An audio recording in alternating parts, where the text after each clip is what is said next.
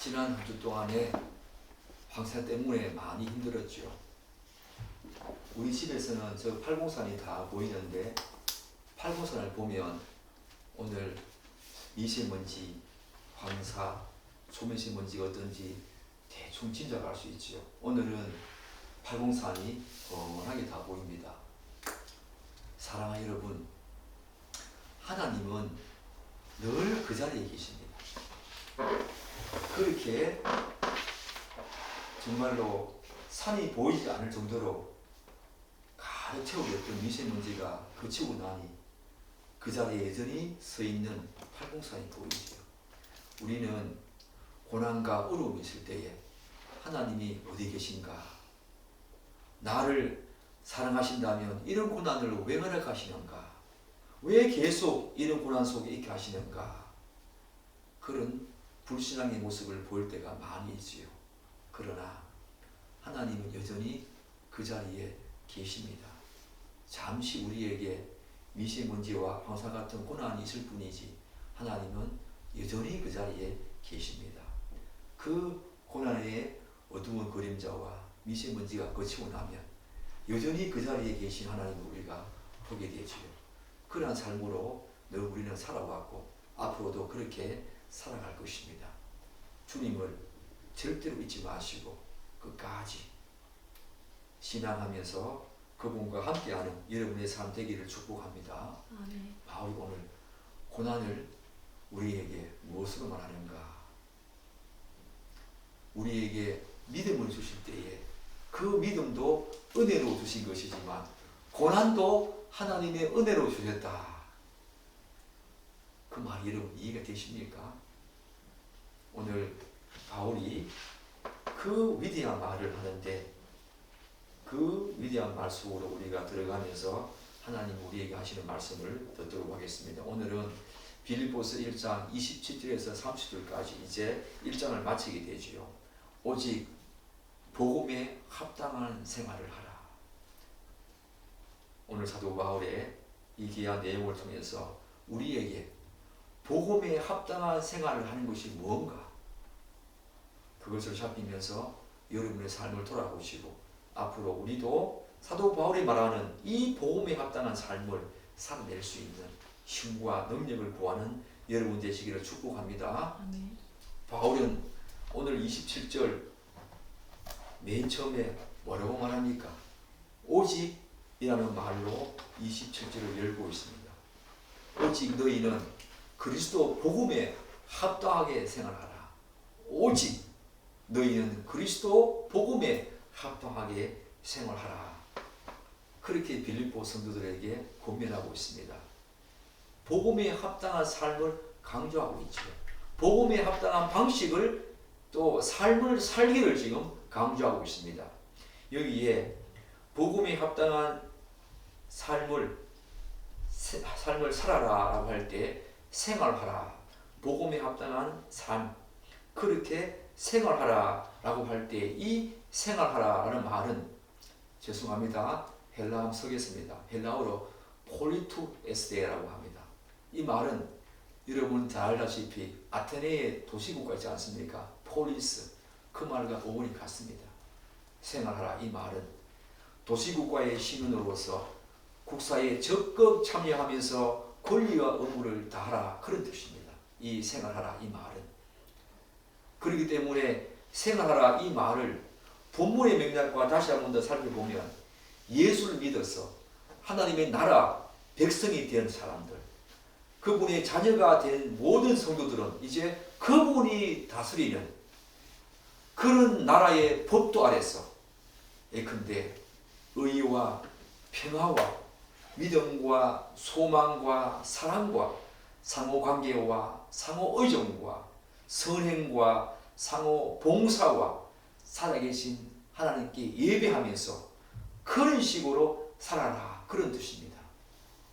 아테네의 도시국가 폴리스에서 그 아테네의 시민권을 가진 자들이 거기에 합당한 법 아래서 권리와 의무를 행사하면서 사는 것처럼 이제 우리는 하나님 나라 백성으로서 거기에 합당한 법도 아래서 제가 방금 말씀드린 그러한 수많은 법도 아래서 생활하라, 그런 뜻입니다.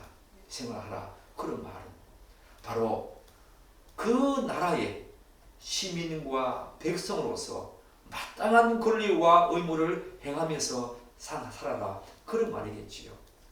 사랑하는 여러분, 결국 이 말은 이제 성도들은 예수 그리스도께서 열어놓으신 새 인류, 여러분과 저는 이제 새 인류 아닙니까?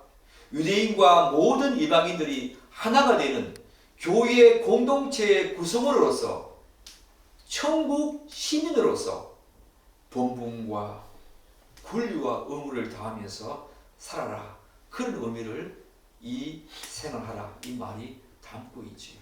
사도 바울이 우리에게 다분히 그런 말을 우리에게 하고 있는 것입니다.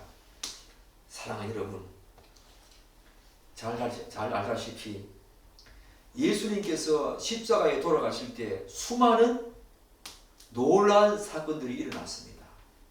그 중에 하나가 성소와 지성소를 가르는 휘장, 그 휘장이 위로부터 아래로 찢어지는 그런 사건이 있지 않았습니까? 그 사건이 무엇을 의미합니까? 이제 성소와 지성소, 우리의 죄로 말미암아 하나님께 나아갈 수 없었던 그 성소와 지성소를 가로막고 있던 휘장이 찢어졌다. 이 말은 이제 예수 그리스도, 그분이 십자가에서 흘리신 그 보혈의 피로 말미암아 하나님과 우리 사이를 가로막고 있던 죄의 담이 허물어졌다. 그래서 우리가 이제 담대히 영단번에 그분께 나아가서 그분께 예배드릴 수 있고 기도할 수 있고 그분과 대면할 수 있는 놀라운 일이 일어났다. 그런 뜻이 바로 그 성소 휘장이 위로부터 아래로 찢어진 그 사이에 그런 놀라운 의미를 담고 있지요. 한 가지 더 있습니다. 사랑하는 여러분, 성소에는, 이 성막에는 휘장이 하나 더 있었습니다. 바로 유대인과 이방인들을 구분하는, 그 성막에서 예배드릴 때 유대인과 이방인들이 다른 곳에서 바로 그 휘장을 사이에 두고 예배를 드렸습니다. 어떤 학자들은 그 휘장도, 그러니까 성막에는 두 개의 휘장이 있었다는 겁니다. 성소와 지성소를 가로막는 휘장과 함께 유대인들과 이방인들이 예배를 구분해서 드리도록 구분한 휘장이 있었습니다. 그 휘장이 찢어졌는지 아니면 성소와 지성소를 가로막고 있는 휘장이 찢어졌는지 성경은 말하고 있지 않습니다. 분명한 것은 휘장이 찢어짐을 말미암아 유대인들과 이방인들을 구분했던 그 놀라운 어떤 휘장도 우리가 찢어졌다고 말할 수 있죠. 그래서 교회라는 것은 뭡니까? 이제 유대인들만 예배 드리는 곳이 아니지요. 이방인들과 유대인들이 하나가 되어서 성경은 그 사실을 새 인류다, 그렇게 말합니다. 이제 새 인류가 된 것입니다. 유대인들과 이방인들이 하나가 되어지는, 그래서 예수 그리스도를 머리로 두고 그분의 다스림과 통치 아래서 하나가 되어서 예배하는 새 인류가 되었다, 그렇게 말하는데, 오늘 생각하라 이 말 속에는 이제 그렇게 새 인류가 된 교회의 공동체로서 그분이 다스리는 법 아래에서 이제 우리의 권리와 의무를 다하면서 그렇게 살아라 라고 하는 의미가 바로 생활하라, 그런 의미를 담고 있지요. 그렇다면 사도 바울이 말하는 복음에 합당한 방식으로 생활하라, 산다는 것은 무엇을 의미하는가? 오늘 27절과 28절은 각각 하나씩 두 가지 무엇을 의미하는지, 복음에 합당한 방식으로 산다는 것이 무엇을 의미하는지 오늘 27절과 28절 각각 하나씩 두 가지를 말하고 있지요. 사랑하는 여러분, 복음에 합당한 생활을 한다는 것 무엇을 말합니까? 우리 27절 한번 읽겠습니다. 오직 너희는 그리스도 복음에 합당하게 생활하라. 이는 내가 너희를 가보나 떠나 있으나 너희가 한 마음으로 서서 한 뜻으로 복음의 신앙을 위하여 협력하는 것이다. 뭡니까? 너희가 한 마음으로 쓰고 한 뜻으로 복음의 신앙을 위하여 협력하는 것, 그것이 바로 복음에 합당한 방식으로 살아가라. 첫 번째 의미이지요. 사람들은 복음에 합당한 방식으로 산다는 것을 생각할 때에 우선적으로 무엇을 생각합니까? 복음에 합당한 방식으로 살아라. 그런 의미를 우리가 보통 이해하기를 개인, 윤리와 도덕적인 차원으로 협소하게 생각하는 경향이 있지요. 바울도 그렇게 말하고 있습니까? 본문에서 바울은 그렇게 말하고 있지 않습니다. 복음으로 합당한 생활을 하라. 이 말은 개인 윤리, 도덕적인 차원으로 이야기하는 부분이 아니지요. 오늘 본문에서 바울은 복음에 합당한 방식으로 산다는 것과 관련해서 가장 먼저 무엇을 강조하고 있습니까? 한 마음으로, 한 뜻으로 서서 협력하라. 이 말을 지금 강조하고 있습니다. 교회의 구성원 사이, 곧 성도들 사이에 한 마음과 한 뜻과 한 정신과 일치단계를 지금 말하고 있습니다. 우리는 복음에 합당한 생활을 하라 이 말을 개인 윤리적인 차원에서 나 혼자 거룩하게 살고 뭔가 조금 다른 사람들보다 좀 나은 도덕적인 삶을 사는 것, 윤리적인 삶을 사는 것, 그렇게 생각할 수 있는데 바울은 그렇게 말하고 있지 않습니다. 한 마음과 한 뜻과 한 정신과 일치 단결되어서 협력하라. 그리고 굳게 서라. 그렇게 지금 말하고 있는 것입니다. 개인 윤리적인 차원이 아니라 공동체 차원에서 복음에 합당한 생활을 하는 것, 그걸 지금 강조하고 있지요. 우리의 생각과 조금 차이를 두고 있는 것입니다. 한마디로 연합을 강조합니다. 여러분과 저는 예수를 믿는 그 순간부터 예수와 연합되지 않습니까? 예수와 연합된 사람은 이제 교회 한 공동체가 된 모든 구성원 성도와 성도 간의 연합을 우리가 강조하게 되고 연합으로 나아갑니다. 아무리 예수를 잘 믿는다 그렇게 말할지라도 교회의 공동체 안에서 서로 한 마음과 한 뜻으로 일치 단결하고 협력하는 모습이 없다. 그러면 그 사람은 복음에 합당한 생활을 하는 것이 아닙니다, 여러분. 그렇게 개인 윤리적인 차원으로 이 말을 이해하면 안 된다는 것입니다. 바울이 본문을 통해서 빌립보 성도들 간의 한 마음과 한 뜻이 되어라, 한 정신을 강조한 이유는 무슨 이유 때문이겠습니까? 아무 이유 없이 이 말을 던지는 것이 아니겠지요. 바로 빌립보 교회에 이런 연합과 단계를 필요로 하는 현실적인 문제 상황이 있었기 때문입니다. 우리가 이 부분들을 다음 주에 2장에서 살펴보게 될 것입니다. 그렇다고 하더라도 이 내용은 우리가 결코 놓쳐서는 안 되는 굉장히 중요한 바울의 권면이지요. 왜냐하면 이 땅을 살아가는 모든 성도는 예수님이 이 땅에 재림할 때까지 어느 시대, 어느 곳에서 살아가든 교회 공동체의 일원으로 살아가게 되었습니다. 내 개인만 구원받았다고 해서 되는 것이 아니라는 것입니다. 즉 예수를 믿어서 구원을 얻는 것은 분명 개인적인 차원의 구원 틀림없지요. 우리는 각각 예수를 믿어서 각각 구원을 받습니다. 그럼에도 불구하고 구원받은 성도가 이 땅에 거룩한 하나님의 백성으로 빚어져가는 그런 성화의 과정은 반드시 교회라고 하는 공동체 안에서 이루어져 간다는 것입니다.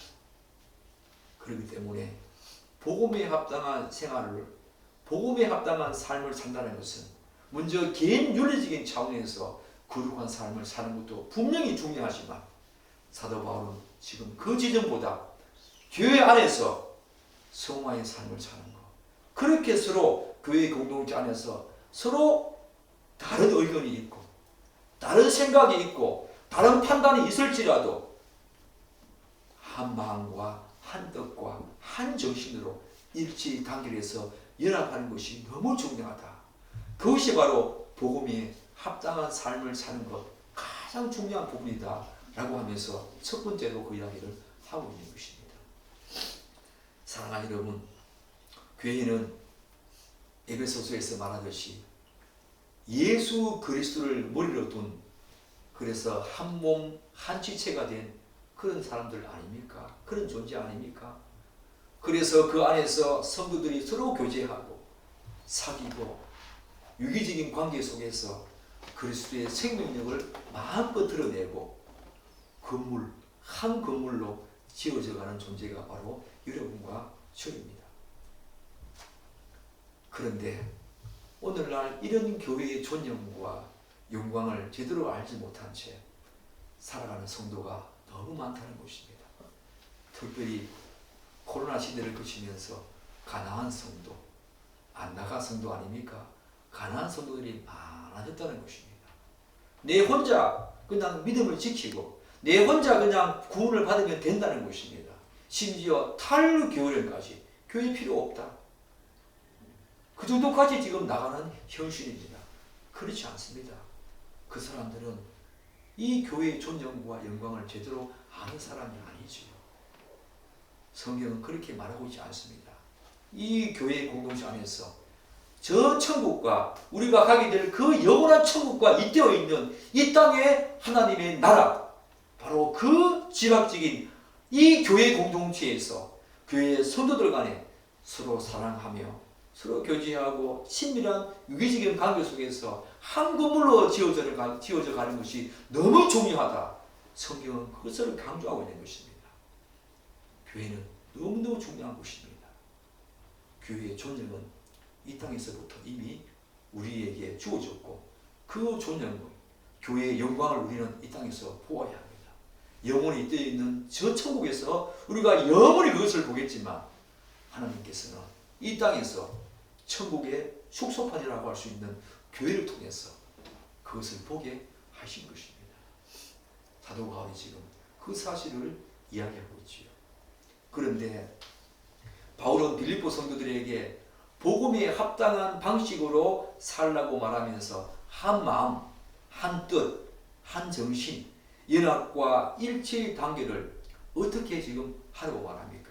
다시 한번 27절 보십시오. 너희가 한 마음으로 서서 한 뜻으로 복음의 신앙을 위하여 협력하는 것과 제가 강조한 부분이 있지요. 굳게 서라는 것입니다. 그렇게 연합하고 한 마음과 한 뜻과 한 정신으로 굳게 서라는 것입니다. 그리고 협력하라는 것입니다. 여기서 굳게 서다 이 말은 군대 용어입니다. 이 말은 전투에 임하는 군인이 전투가 치열한 정말 자기 목숨이 위태로울지 모르는 그런 전투가 치열한 상황에서도 굳건함이나 한결같은 또한 불굴의 용기를 발휘해서 결코 자기 초소를 떠나지 않고 그 자리를 굳게 지켜라 그런 뜻입니다. 굳게 서라 이 말은 짐작컨대 제가 서두에서도 잠깐 언급했듯이 바울의 이 말 속에는 빌립보 교회 성도들이 당시 누군가를 대적해야 될 그런 상황에 놓여 있었던 것으로 보입니다. 그렇기 때문에 바깥으로부터 오는 대적들의 위협이 그들에게 있었던 거지요. 그 상황 속에서 사도 바울은 뭡니까? 굳게 서라.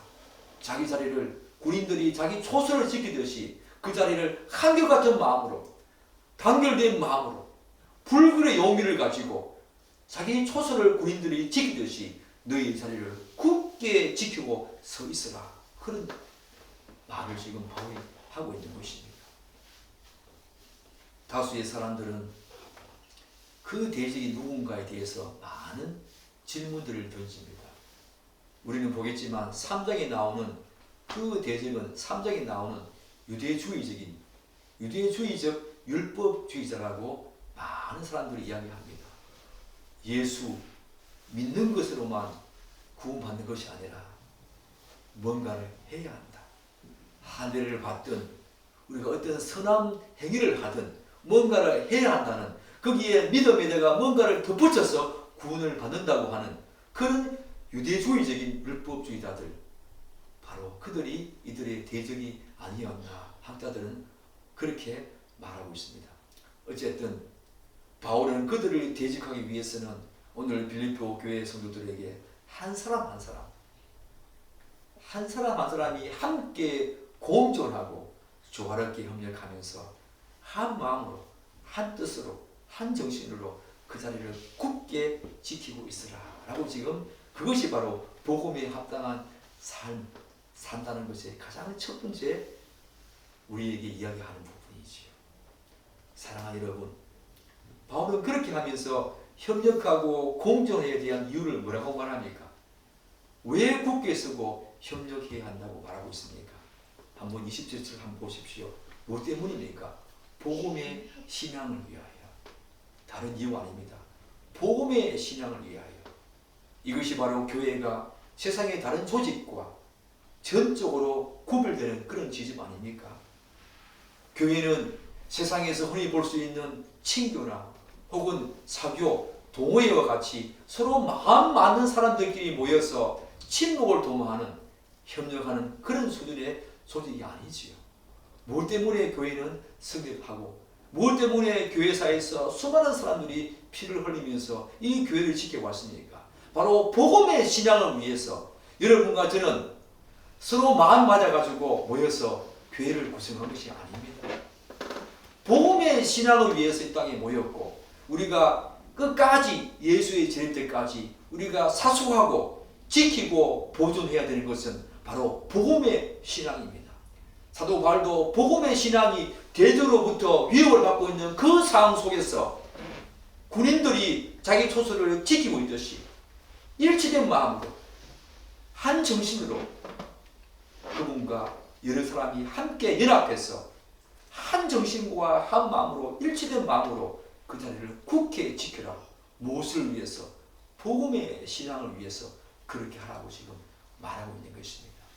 그것이 바로 복음에 합당한 생활을 하는 것, 가장 중요한 첫 번째다. 그렇게 지금 바울은 말하고 있지요. 사랑하는 여러분, 그렇다면 바울은 복음에 합당한 방식으로 산다는 것, 두 번째는 뭐라고 말하고 있습니까? 우리 28절 한번 읽겠습니다. 아무 일에든지 대적하는 자를 위하여 두려워하지 아니하는 이 일을 덮고자 합니다. 이것이 저희에게는 멸망의 증거요 너희에게는 구원의 증거니 이는 하나님께로부터 난 것이라. 지금 바울이 복음에 합당한 방식으로 산다는 것, 두 번째 뭐라고 말하고 있습니까? 사실 이 두 번째 내용도 첫 번째 내용과 깊은 관련이 있지요. 그 연장선상에서 이해해야 합니다. 복음의 신앙을 위해서 한 마음, 한 뜻, 일치단계를 사도 바울은 강조했습니다. 바울이 지금 빌립보 성도들에게 두려워하지 말라 그렇게 말하고 있지 않습니까? 대적하는 자를 아무 일이든지 대적하는 자를 인하여 두려워하지 말라 라고, 그것이 바로 복음에 합당한 생활을 하는 두 번째 그런 삶이 바로 복음에 합당한 생활을 하는 것이다 라고 지금 말하고 있는 것입니다. 사랑하는 여러분, 앞에서도 제가 잠시 언급했듯이 그들은 지금 복음과 신앙을 위협하는 그런 대적들로부터 큰 고난을 받고 있었습니다. 그로 말미암아 무엇이 이들에게 찾아왔겠습니까? 상당히 어려운 현실에 처하면서 이들에게 점점점 두려움이 찾아왔습니다. 이러한 상황에서 빌립보 성도들을 위협하는 그 두려움은 외부적인 두려움뿐만 아니라 외부적인 두려움, 대적으로부터 생명의 위협을 느끼는 그런 외부적인 어떤 두려움도 분명히 있었겠지만 사도 바울이 지금 강조하는 것은 그 두려움이 아니라 그보다 더 강력한 두려움이 있습니다. 우리가 이런 현실에 처했을 때 그것이 무엇이겠습니까? 바로 내적인 우리의 두려움입니다. 우리는 어려운 현실에 처했을 때 항상 이 두 가지 두려움에 휩싸이게 되지요. 외부로부터 그 문제가 주는 두려움이 있습니다. 그런데 또 한 가지 두려움은 그 문제로 말미암아 내가 좌절하고 절망하면서 그 문제로 말미암아 내 마음속에서 일어나는 두려움이지요. 바로 외면적인 두려움과 내면적인 두려움이 동시에 상존하는 것이 우리가 어떤 고난과 현실적인 문제를 직면할 때 닥치게 되는 두려움이지요. 사도 바울이 지금 두려워하지 마라 이 말은 무슨 말이겠습니까? 그런 외부적인 적으로부터의 두려움, 그것과 함께 너희들 마음속에 일어나고 있는 그 내면적인 두려움, 그것으로 말미암아 너희들 자신을 방치하지 마라. 그런 뜻입니다. 두려워하지 마라. 사실 바울만큼 많은 고난을 겪은 사람이 있겠습니까? 바울만큼 많은 환난을 겪은 사람이 있겠습니까? 고난과 환난에 정말 이골이 난 사람이 바울이겠습니다. 그래서 30절에 이렇게 말하고 있지 않습니까? 너희에게도 같은 싸움이 있으니 너희가 내 안에서 본바요 이제도 내 안에서 듣는 바니라. 그들도 고난과 싸우겠습니다. 현실적인 문제 앞에서 그들도 싸우겠습니다. 바울만큼 많은 싸운 사람이 있겠습니까?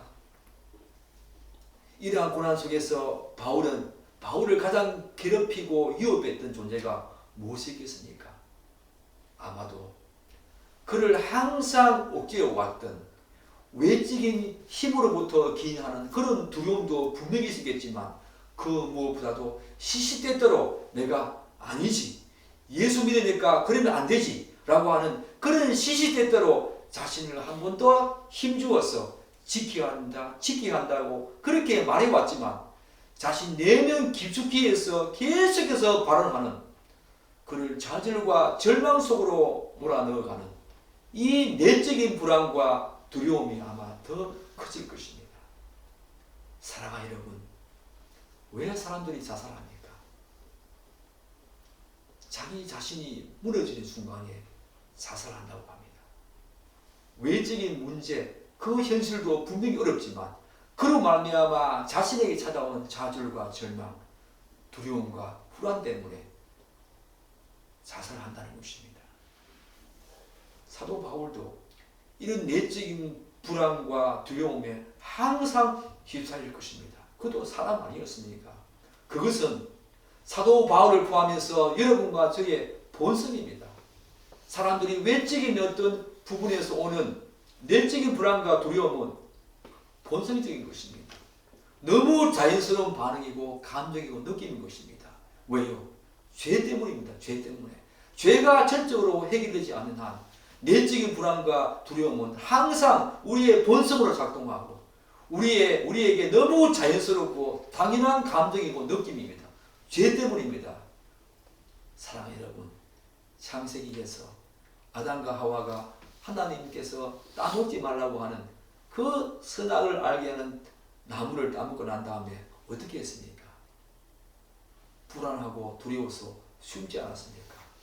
그런 아담과 하와의 그 원죄를 타고나는 우리들은 그런 사실들이 하나님 앞에서 그리고 외적인 어떤 두려움 그 앞에서 내면적인 불안과 두려움이 항상 있는 것입니다.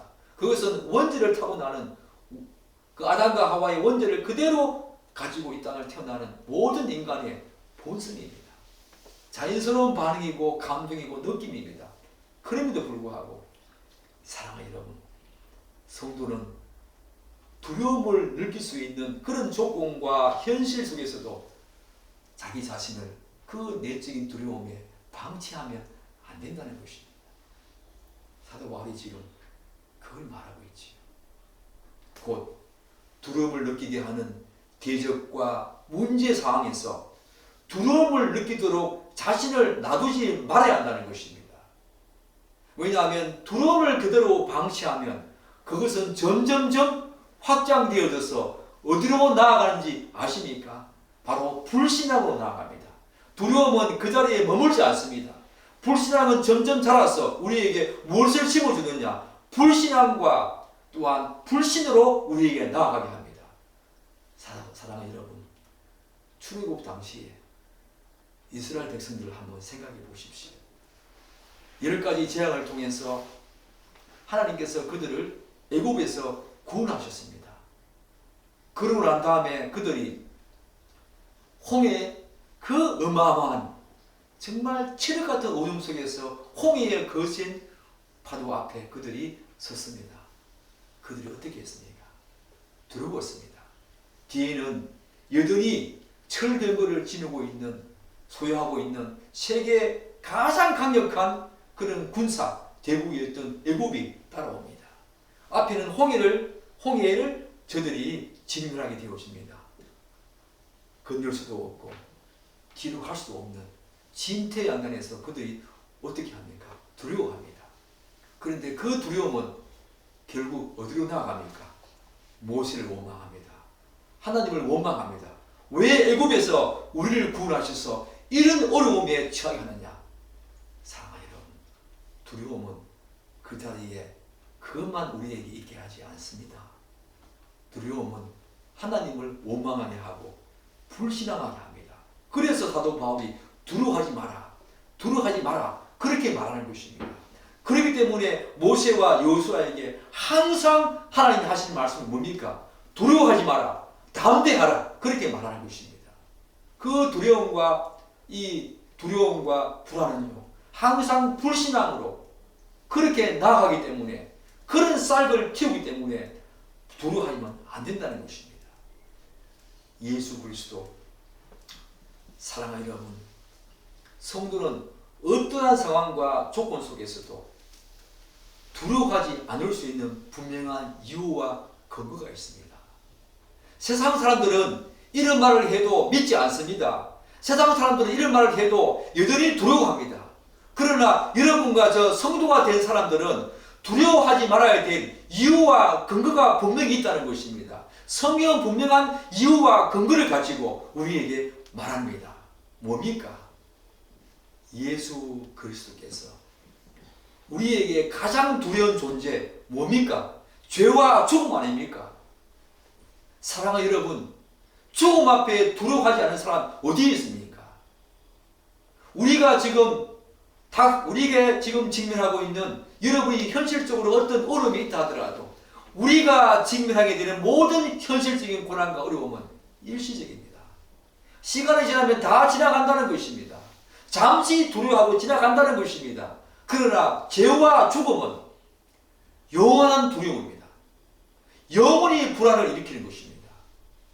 그 죄와 죽음을 누가 해결했습니까? 예수님이 영원한 우리에게 불안과 두려움의 존재인 죄와 죽음을 해결해서 우리로 하여금 영생을 주시지 않았습니까? 그렇기 때문에 일시적으로 잠시 다가오는 이런 고난과 현실 속에서 우리는 분명히 두려워할 이유가 없다는 것입니다. 영원한 두려움과 불안의 근거였던 그 존재였던 죄와 죽음을 이기신 그 하나님이 오늘 우리와 함께 하시기 때문에 우리에게 두려워할 필요가 없다는 것입니다. 사도 바울이 지금 두려워하지 마라 이 말 속에는 그런 의미가 있다는 것입니다. 성도는 두려워하지 말아야 될 분명한 이유와 근거가 있다. 지금 여러분들이 직면하고 있는 그 고난과 현실은 잠시 지나가는 것이다. 잠시 왔다가 지나가는 비와 같다는 겁니다. 우리에게 영원한 두려움과 불안의 존재였던 죄와 사망을 이기신 그분이 그 사실들을 우리에게 알게 하시고 또한 그분이 우리와 함께 하시기 때문에 두려워할 필요가 없다는 것입니다. 그래서 사도 바울은 자신이 보낸 모든 서신서에서 앞이나 뒤에서 항상 뭐라고 말합니까? 너희에게 하나님의 은혜와 평강이 있을지어다. 평강은 두려움과 영반대 아닙니까?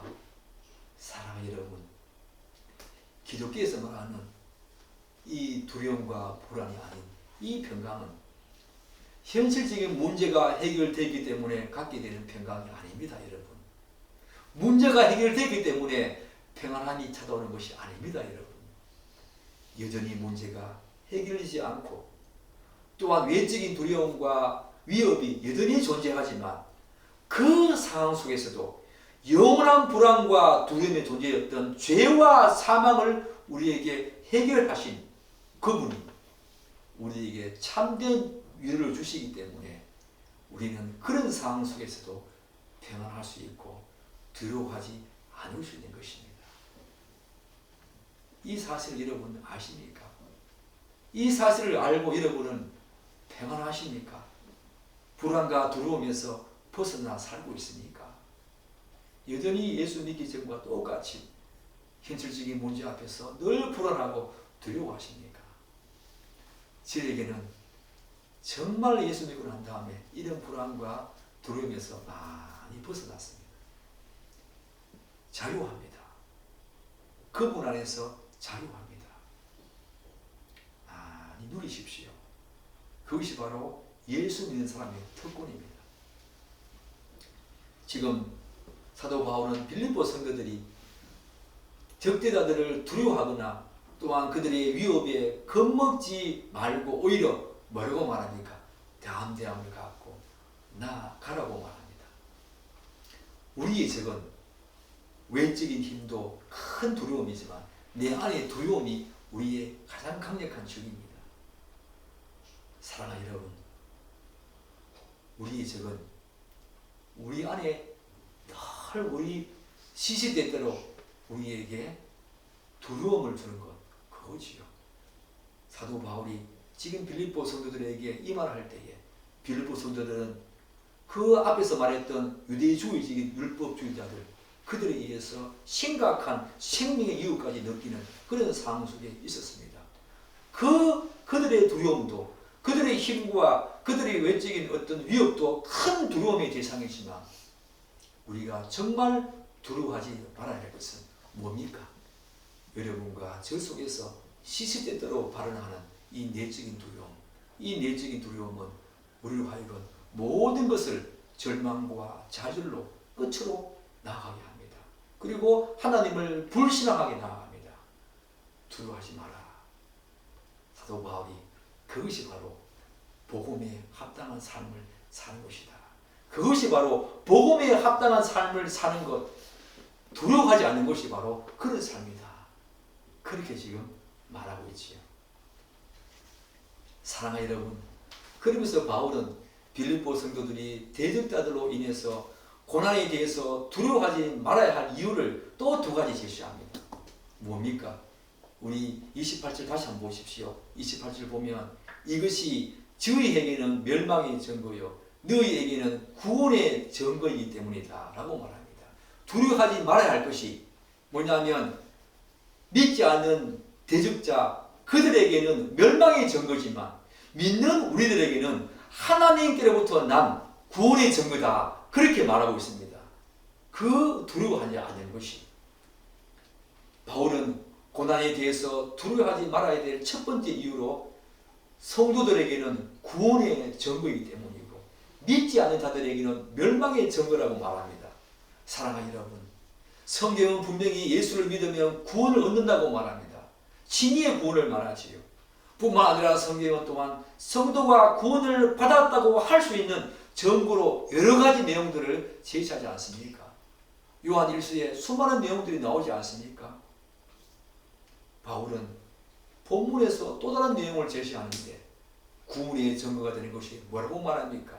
그것은 성도가 고난을 당할 때 심지어 심한 박해를 당할지라도 결코 두려워하거나 불안해하지 않고 오히려 하나님이 주시는 참된 위로와 평안을 통해서 그 고난을 담대하게 직면하는 것이, 이것이 바로 구원의 증거다라고 말합니다.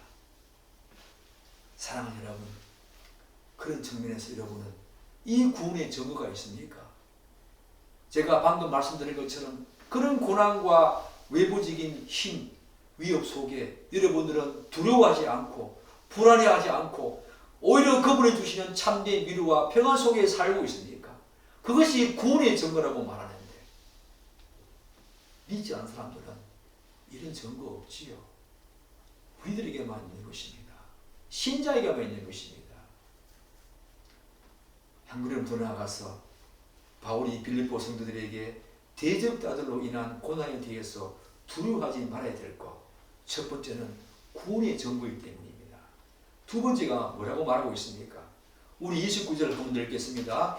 그리스도를 위하여 너희에게 은혜를 주신 것은 다만 그를 믿을 뿐 아니라 또한 그를 위하여 고난도 받게 하십니다. 여러분, 이 말 이해되십니까? 바울의 이 말은 우리들의 일반적인 상식과 생각을 완전히 깨뜨리는 쇼킹한 말이지요. 왜 그렇습니까? 바울이 첫 번째 이유를 제대로 깨닫는 사람은 이 말을 쉽게 이해할 것입니다. 고난은 구원의 증거입니다. 그 고난 속에서 우리가 두려워하지 않는 것은 첫 번째 구원의 증거라고 말했죠. 우리가 또한 두려워하지 말아야 할 것은 고난은 하나님이 은혜로 주신 구원의 증거이기 때문입니다. 대부분의 사람들은 복음과 신앙으로 인한 고난이 찾아옵니다. 사랑하는 여러분, 예수를 믿으면 반드시 어느 순간인가 그 사람에 따라서 상황과 처지, 환경 또한 정도의 차이는 있지만 반드시 예수를 믿는 그 순간부터 자기 삶에는 복음과 신앙으로 인한 고난이 찾아옵니다. 분명히 고난이 찾아옵니다. 그러지 않을 수 있지만 대부분의 사람들에게는 고난이 찾아옵니다. 가족 내에 박해가 시작됩니다. 교회에 나가지 말라고, 그리고 외부로부터 네가 언제부터 예수 믿는다고 고난이 찾아옵니다. 그런 고난이라고 해서 여기서 말하는 것처럼 생명의 위협을 받는 그런 정도의 고난은 아니지요. 이슬람 국가에서는 아마 그런 정도의 고난이 있을 것입니다. 여러분과 저는 그런 고난 정도는 아닙니다. 그러나 예수 믿기 전보다 뭔가 예수를 믿은 후에 수많은 사람들의 눈총을 받게 됩니다. 알게 모르게 눈총을 받게 되고 알게 모르게 시기하고 질투하고 미워하는 모습을 우리는 분명히 감지하게 됩니다. 그런 고난이 찾아온다는 것입니다. 그리고 그렇게 그것을 어떻게 대면하는지 여부가 바로 오늘 사도 바울이 말하는 구원의 증거가 된다는 것입니다. 하나님은 반드시 참된 신자에게 그 고난을 이길 수 있는 힘과 능력과 한 걸음 더 나아가서 참된 위로와 평강을 그 고난 속에 주십니다. 그 고난을 다 이기고 난 후에 위로와 평안을 주시는 것이 아니라 성경에서 말하는 참된 위로와 평강은 그 문제가 해결 안 되었지만 그 가운데 그 한복판에서 여전히 하나님께서 주시는 고난 속에 여전히 있지만 그 고난 속에서 하나님은 참된 위로와 평안을 주시는 분이십니다. 우리는 자꾸 문제가 해결되어야만 우리에게 평안이 오고 위로가 오는 것처럼 생각하지만 성경은 그렇게 말하고 있지 않습니다.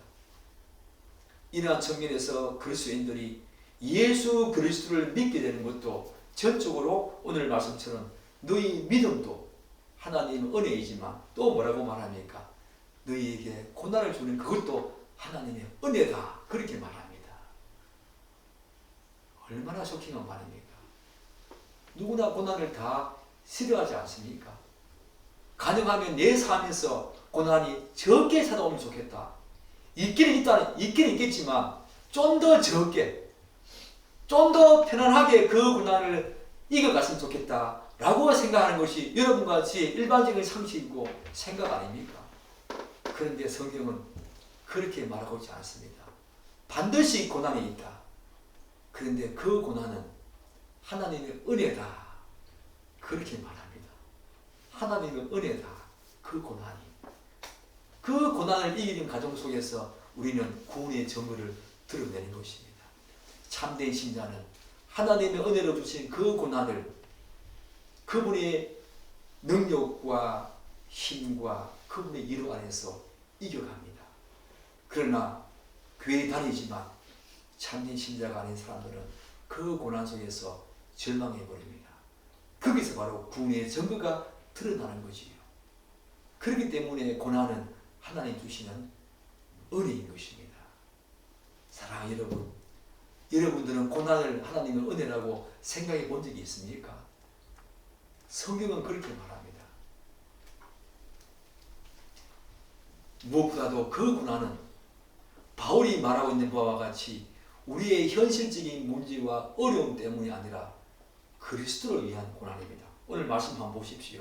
어떻게 말합니까? 그를 위하여 고난도 받게 하십니다. 그 고난은 우리 때문에 오는 고난이 아닙니다. 그리스도 때문에 오는 고난인 것입니다. 그렇기 때문에 하나님께서는 참된 신자에게는 그리스도 때문에 오는 그 고난을 반드시 이기게 하시고 반드시 승리하게 하신다는 것입니다. 그리스도 때문에 우리에게 고난이 오기 때문에 그 고난이 바로 하나님의 은혜인 것입니다. 우리 때문에 오는 고난은 하나님의 은혜가 아닐지 모르겠습니다. 그러나 그리스도 때문에 오는 고난은 하나님께로부터 난 것입니다. 하나님이 주신 것입니다. 그렇기 때문에 하나님의 은혜가 되는 것이고, 그 고난 속에서 우리는 누구를 봅니까? 그 고난 속에서 하나님을 진정으로 만나게 된다는 것입니다. 수많은 믿음의 선진들이, 요셉도 그랬고 모세도 그랬고 야곱도 그랬습니다. 고난 속에서 하나님을 만났습니다. 그렇기 때문에 그 고난은 하나님의 은혜가 되는 것이지요. 사랑하는 여러분, 베드로전서 4장 12절과 13절은 이렇게 말합니다. 사랑하는 자들아, 너희를 연단하려고 오는 불시험을 이상한 일 당하는 것 같이 이상히 여기지 말고 오히려 너희가 그리스도의 고난에 참여하는 것으로 즐거워하라. 이는 그의 영광을 나타내실 때에 너희로 즐거워하고 기뻐하게 하려 함이라. 참된 신자는 일시적으로 그 고난 때문에 넘어질 수 있습니다. 그 고난 때문에 좌절하고 절망도 할 수 있습니다. 그러나 참된 신자는 종국도로는 그 고난을 이깁니다. 그리고 넉넉히 그 고난을 이긴 다음에 그 고난 속에서 하나님이 주시는 그 성리로 말미암아 기뻐합니다. 그리고 더 참된 신자는 그 고난을 즐거워하지. 하나님이 주신 은혜다. 골로새서 1장 24절은 또 이 고난을 어떻게 말하는지 아십니까? 나는 이제 너희를 위하여 받는 괴로움을 기뻐하고, 사도 바울이 말합니다. 나는 이제 너희를 위하여 받는 괴로움을 기뻐하고 그리스도의 남은 고난을 그의 몸된 교회를 위하여 내 육체에 채운다. 예수 그리스도가 자신의 몸을 찢으시고 피 흘려 돌아가심으로 말미암아 고난 보셨습니다. 그러나 그분이 다시 사셔서 하늘로 올라가신 이후에 사도 바울은 뭐라고 말합니까?